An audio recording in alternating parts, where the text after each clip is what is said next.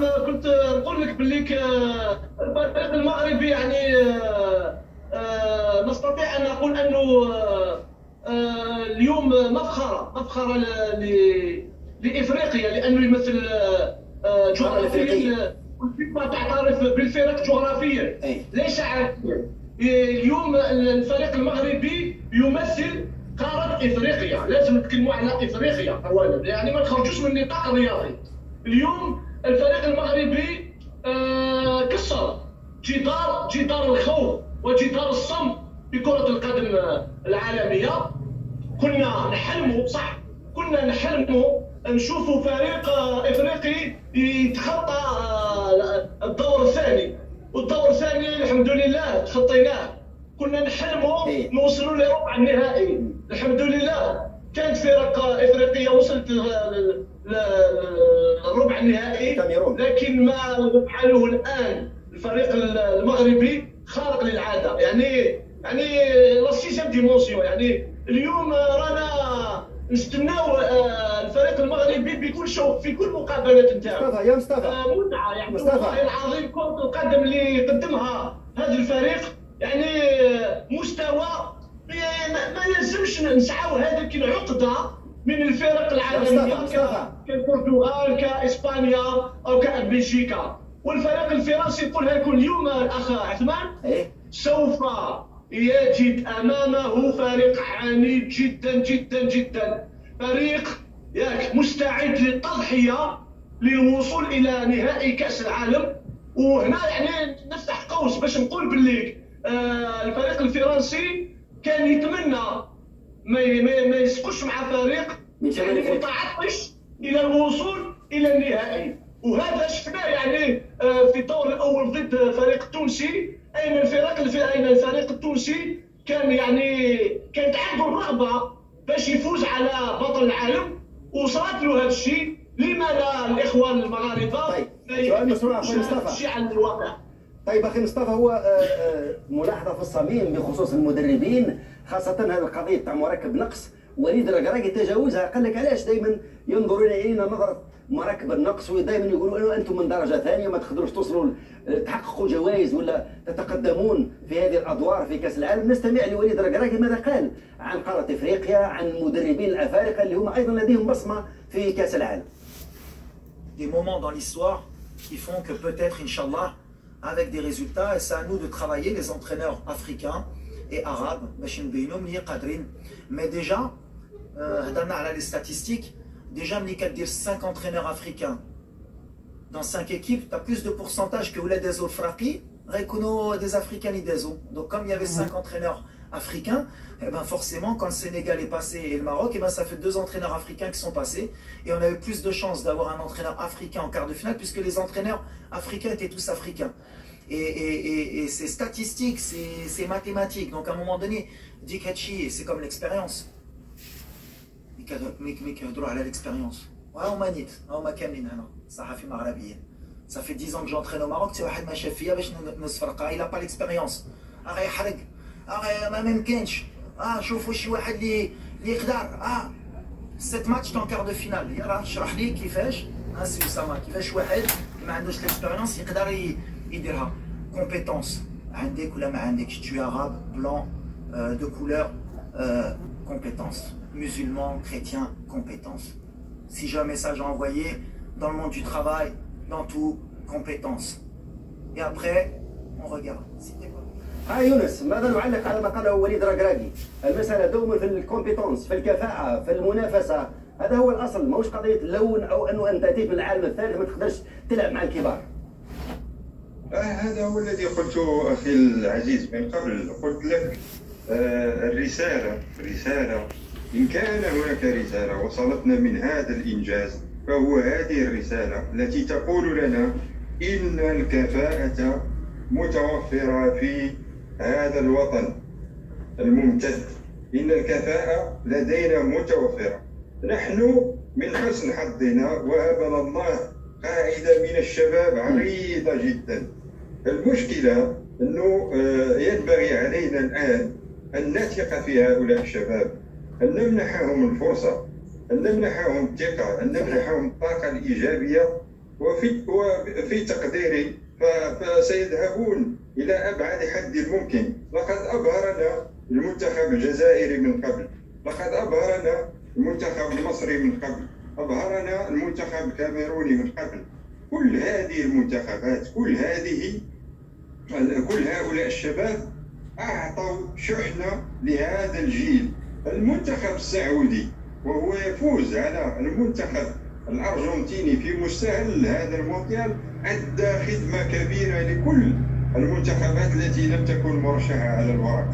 لقد وثق من لم يكونوا واثقين من أنفسهم وقالوا مع أنفسهم بما أن إخواننا في السعودية فازوا على المنتخب الأرجنتيني بميسي ونجومه الكبار، فيمكننا نحن أيضا أن نثق في أنفسنا ونفوز. بيننا الملعب فقط، كما قال أخي في الجزائر، بيننا الملعب فقط، وبيننا الثقة في النفس والرغبة في الفوز. وكلام سي مصطفى صحيح، المنتخب الفرنسي سيجد نفسه أمام ند عنيد.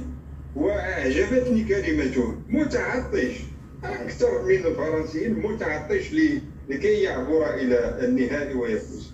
طيب مصطفى، أوديك من جديد دوما على وليد الركراكي اللي هو يصنع الحدث فعلا وراء هذه الانتصارات. يقول لك هذا كيف فتح الرباطي، فريق مع احترامنا لانصاره والاداره نتاعو ماهوش في ذيك الدرجه الكبرى، كان في الوداد البيضاوي ما دربش ولا منتخب جاء حتى للجزائر اذا تذكر وتقابلوا مع مولوديه العلمه منذ سنوات وطول حياته هو في فرنسا. ولكن الاتحاد نتاع كره القدم في المغرب اعطاو الثقه نتاعهم في المدرب الوطني خلفا لحليم يوزوتش. هناك من قال حليم يوزوتش صح مدرب محترف لكن ما قدرش يصنع ذيك التوليفه مع لاعبين محترفين ولاعبين محليين وخرج منهم وليد الركراكي ما رايناه ووقفنا عليه. نقدر نقول لك الاخ عثمان انه تعجبني شخصيه المدرب المغربي وليد الركراكي. يعني يفكرنا في المدرب جمال بالماضي، عندهم نفس الشخصيه، عندهم هذيك الكاريزما اللي تمت بالعمل. وهنا نفتح قوس الاخ عثمان. ايوه، كي نتكلموا على الكفاءات المحليه وتهميش الكفاءات المحليه لان افريقيا تتراجع، لان الفرق الافريقيه كانت تظن انها بامتداد مدربين عالميين بين قوسين سوف تطور كره القدم. لكن يا للاسف هذوك المدربين اللي يسميوهم العالميين فينالمون سي دي ميرسونير، يجيو على الاموال، ما يعطيوش لو سافوار فير تاعهم، ما يعطيوش واش يعرفوا لكرة القدم الافريقيه. وهنا اسمح لي باش ناكد حاجه دارها رئيس الفيدراليه القجع. ايوه، كي اقال المدرب البوسني علي موزيتش، تعالت بعض الاصوات قالوا باللي هذا خطر على الفريق المغربي. لكن رئيس الفيدراليه المغربيه الملكيه للمغرب بعد اقاله علي موزيتش فكر في المصلحه العليا للبلد نتاعو. واش قال؟ هو قال كيفاش لاعبين بمستوى عالي كما زياش ما يستدعاش، وهذا غير مقبول. شوف، جاب مدرب محلي فاز بكأس رابطة الأبطال الإفريقية، أعطاله الثقة. وشوف اش راهي تصنع الثقة هذيك، راهي تصنع المعجزات. شوف اللاعب زياش واش راهي يصنع في الفريق، راهو يدير مقابلات في القمة. هنا نعاود نوليو، شوف أنا نشفى التصريح تاع جمال بالماضي، وهنا يعني الأخ أنا أتأسف كجزائري، أتأسف للحملة المغرضة ويعني الغير رياضية اللي راهي تشنها بعض الأطراف وبعض الأبواق الناعقة ضد المدرب جمال بالماضي. جمال بالماضي ولا تشفاو بعد تأهل، بعد فوز بكأس إفريقيا، استضيف في قناة فرنسية تكلموا له على كأس العالم. واش قال؟ قال لو نتأهل إلى مونديال قطر سوف نفوز بها. ما كاينش يتكلم في فارغ. على بالو باللي الجزائر باللاعبين اللي كانت تملك كانت قادرة تصنع المعجزات. واليوم وليد الركراكي راهو في ثوب بالماضي، والفريق المغربي راهو في ثوب الفريق الوطني الجزائري. لكل هذا انا اليوم نفتخر بهذا المنتخب اللي صنع لنا الفرجه صنع المعجزه، ويعني بين بانه كره القدم ما فيهاش الحظ، ما فيهاش عامل فريق كبير وفريق صغير. بين بان كره القدم تلعب فوق المستطيل الاخضر، بمعنى ما فيهاش عالم الصدفه والحظ مثل ما قالوا البعض، انه مستبعد جدا انه المغرب يكون هو الاول في مجموعته. اذا به يتعادل مع كرواتيا ويفوز على كندا وبلجيكا هذا لم يكن منتظرا. قد يقول قائل انه كان حظ مصطفى هنا، ولكن ان تفوز على اسبانيا وعلى البرتغال وتضع رجلا في النصف النهائي في مقابل ان شاء الله الرجل الثانيه تروح للنهائي، هذا ما لم يكن ينتظره احد. هناك من قال من عام 1930 لم يحدث ابدا انه منتخب افريقي ولا منتخب عربي يصل لهذه الدرجه. مصطفى.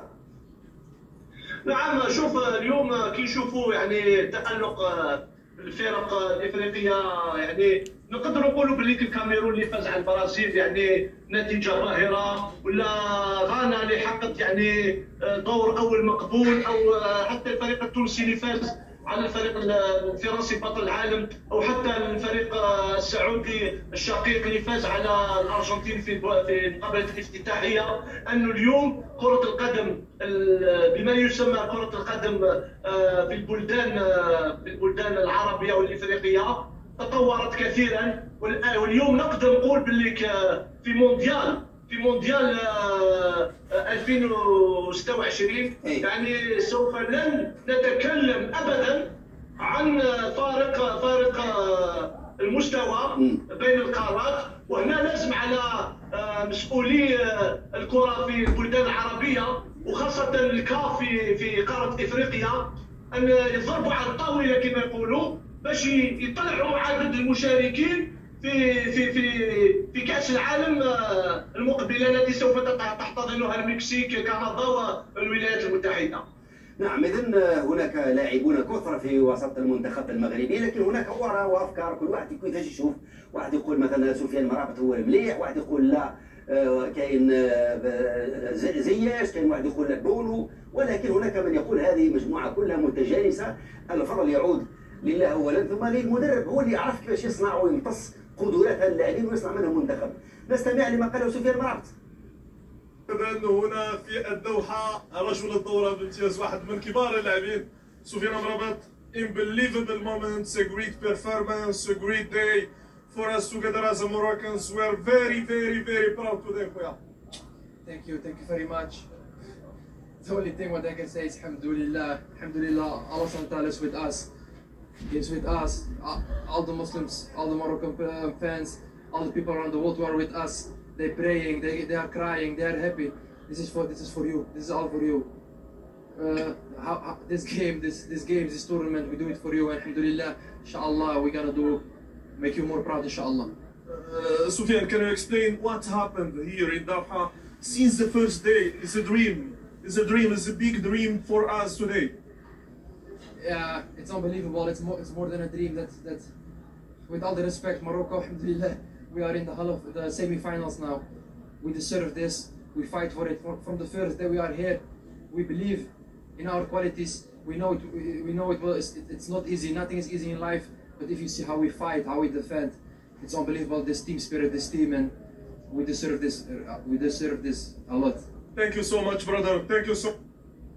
إذا كان هذا هو اللاعب مرابط الذي يقولون عنه بأنه محرك المنتخب المغربي، كان هو المنسق بين الخطوط الثلاثة.